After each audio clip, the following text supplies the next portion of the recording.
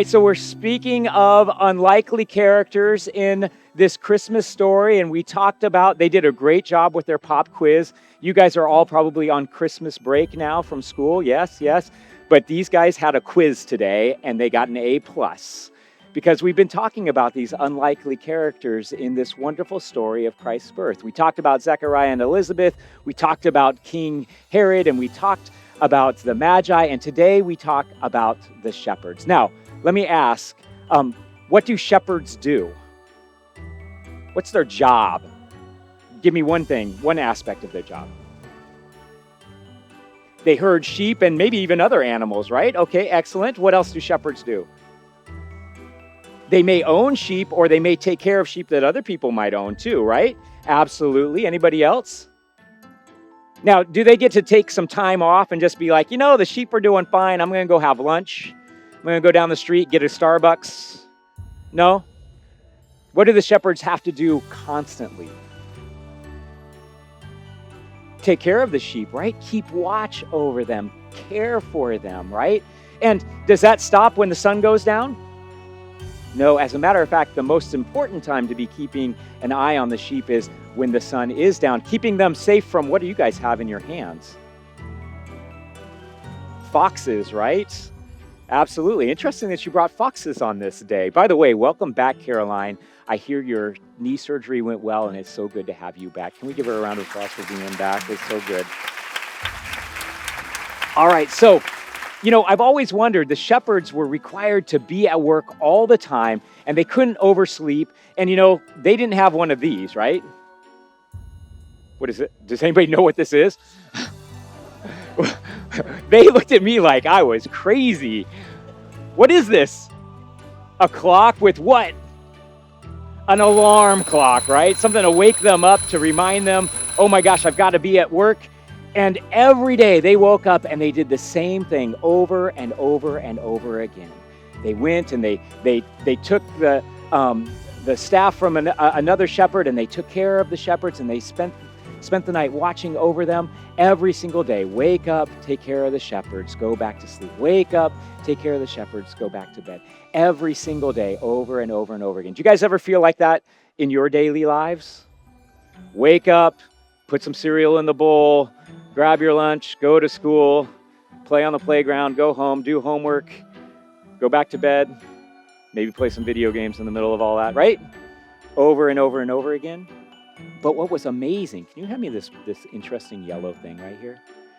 What's amazing is in the middle of their mundane, boring day, all of a sudden, angels came and a big bright light came. And something was different. I won't leave that on for you. Something was different. In the middle of the mundane, everyday lives of taking care of the sheep, an angel came, and God breaks in with this wonderful message. Something is wonderful happening. A child is going to be born. He is different than any other child. He is going to show us the way of God's love in a way that we've never seen before. Go and see this child. And you know what? They didn't say, wow, that was crazy, but I got to keep on watching these sheep. Whatever angels. They went and followed, and they made sure that they came and witnessed what had happened. And they didn't just stay there, they then went out and told everyone.